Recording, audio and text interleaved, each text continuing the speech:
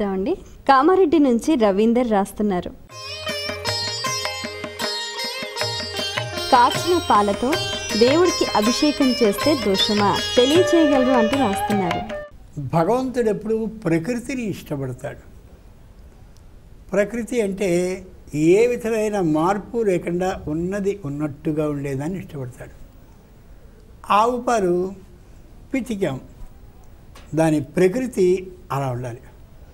దాన్ని వికృతిగా మార్చడం అంటే కరిగి బాగా కాచడం, ఓ పంచదార వేయడం, మరొకటి వేయడం, అది వికృతి రూపం. అది దాన్ని వికారము అంటారు. అది చేయకూడదు.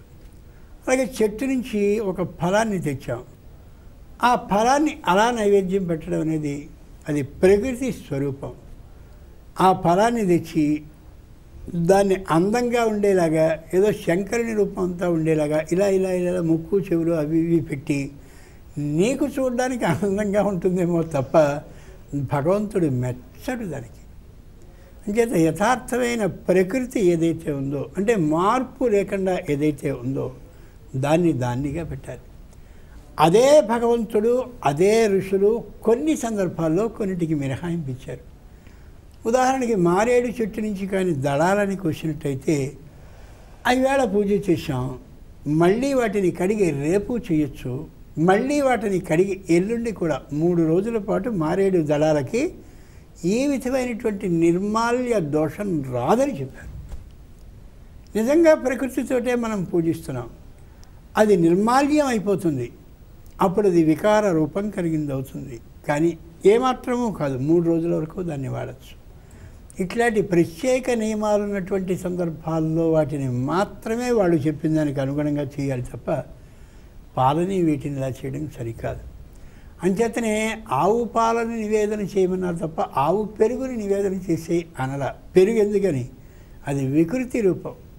పాలని కాచగా, కాచిన పాలని చల్లార్చగా, దాంట్లో మజ్జిగని వేయగా అప్పుడు ఏర్పడినటువంటి వికార రూపం. కాబట్టి అది సరైనటువంటిది కాదని ఇవన్నీ కలిపి పంచ అమృత రూపంగా నువ్వు నివేదన చేయి తప్ప దాన్నిగా మాత్రం వెంటనే పొద్దున్నే లేచి ఏదో ఒకటి దైవానికి సమర్పించాలనే అభిప్రాయంతో పెరుగునో లేకపోతే దీన్నో చేయడం ఏమాత్రమూ సరికాదు.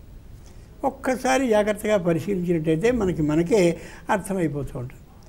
కొబ్బరి నీళ్ళు ఉన్నాయి, కొబ్బరి నీళ్ళని నిజంగా శృతి లేనిటువంటి వాళ్ళు కొబ్బరి కాయని కొట్టడం కాకుండా కొబ్బరి బొండం ఏదైతే ఉందో బొండం యొక్క తలభాగాన్ని తొలగించి దానిలో ఉండేటటువంటి నీటితో అభిషేకాన్ని చేస్తారు.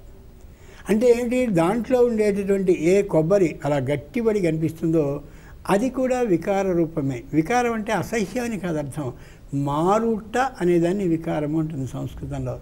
అంచేత మీరు ఎక్కడైనా సరే కాళహస్తిలో కానీ, శ్రీకాళహస్తిలో కానీ, తిరుమల తిరుపతిలో కానీ, మరో దైవానికి కానీ ఎక్కడైనా సరే అభిషేకాన్ని చేసేటువంటి సందర్భాన్ని చూస్తే కొబ్బరి బొండంలో ఆ పై భాగాన్ని తొలగించి ఆ నీటినే స్వచ్ఛంగా వస్తారు. అది ప్రకృతి జలం, అంటే దాంట్లో సహజ సిద్ధంగా ఉండేటటువంటి జలం, ఏవి దాంట్లో ఉండదు. అది ఆలోచించుకోగలగాలి. అలాగే మనం కూడా ఎలాగా ప్రకృతితో నమస్కరించాలి, అంటే మన సహజమైనటువంటి స్వభావంతో అక్కడికి వెళ్ళి నమస్కరించాలి. హృదయాన్ని తెరిచి నేను ఇట్లాంటి దాన్ని అని చెప్పాలి తప్ప అక్కడ నటన చేస్తే పరమేశ్వరుడు మరింత జగన్నాటకం చేసేటటువంటి వాడు కాబట్టి మనం గ్రహించగలడు.